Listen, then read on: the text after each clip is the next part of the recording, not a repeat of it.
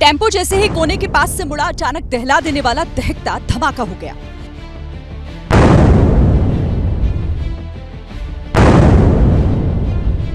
क्वेटा की सड़क पर सब कुछ सामान्य था और जैसे ही एक टेम्पो बाई तरफ अंदर गया, मानो दहकता जलजला आ गया हो।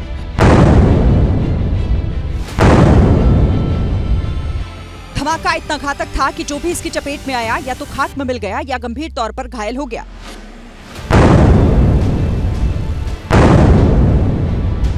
हमला दोपहर 12:03 पर क्वेटा के Pakistani paramilitary force frontier corps के मुख्यालय के गेट के पास हुआ।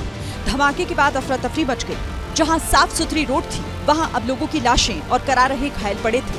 धमाके के बाद कई किलोमीटर से इसका धुआं उठता देखा गया। हमले के बाद सेना ने एनकाउंटर में 3 हमलावरों को मार गिराया। खास बात यह है कि अभी तक किसी भी विद्रोही बलूच गुट ने हमले की जिम्मेदारी नहीं ली।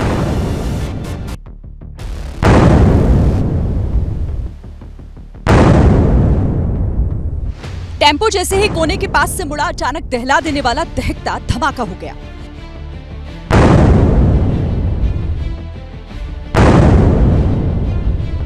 क्वेटा की सड़क पर सब कुछ सामान्य था और जैसे ही एक टेम्पो बाई तरफ अंदर गया, मानो दहकता जलजला आ गया हो।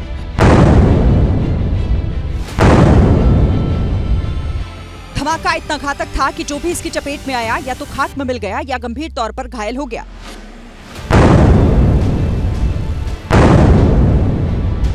हमला दोपहर 12:03 पर क्वेटा के Pakistani paramilitary force frontier corps के मुख्यालय के गेट के पास हुआ। धमाके के बाद अफरा तफरी मच गई। जहां साफ सुथरी रोड थी, वहां अब लोगों की लाशें और करा रहे घायल पड़े थे। धमाके के बाद कई किलोमीटर से इसका धुआं उठता देखा गया।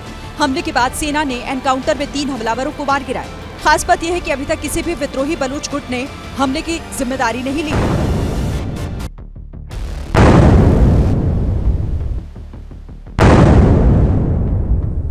टेम्पो जैसे ही कोने के पास से मुड़ा, अचानक दहला देने वाला दहकता धमाका हो गया।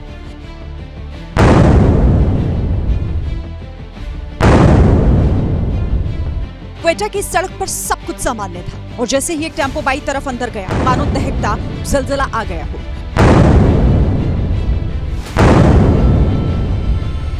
धमाका इतना घातक था कि जो भी इसकी चपेट में आया या तो खाक में मिल गया या गंभीर तौर पर घायल हो गया।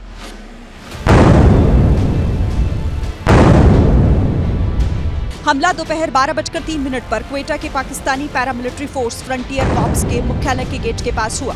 धमाके के बाद अफरा तफरी मच गई। जहां साफ सुथरी रोड थी, वहां अब लोगों की लाशें और करा रहे घायल पड़े थे। धमाके के बाद कई किलोमीटर से इसका धुआं उठता देखा गया। हमले के बाद सेना ने एनकाउंटर में 3 हमलावरों को मार गिराया। खास बात यह है कि अभी तक किसी भी विद्रोही बलूच गुट ने हमले की जिम्मेदारी नहीं ली।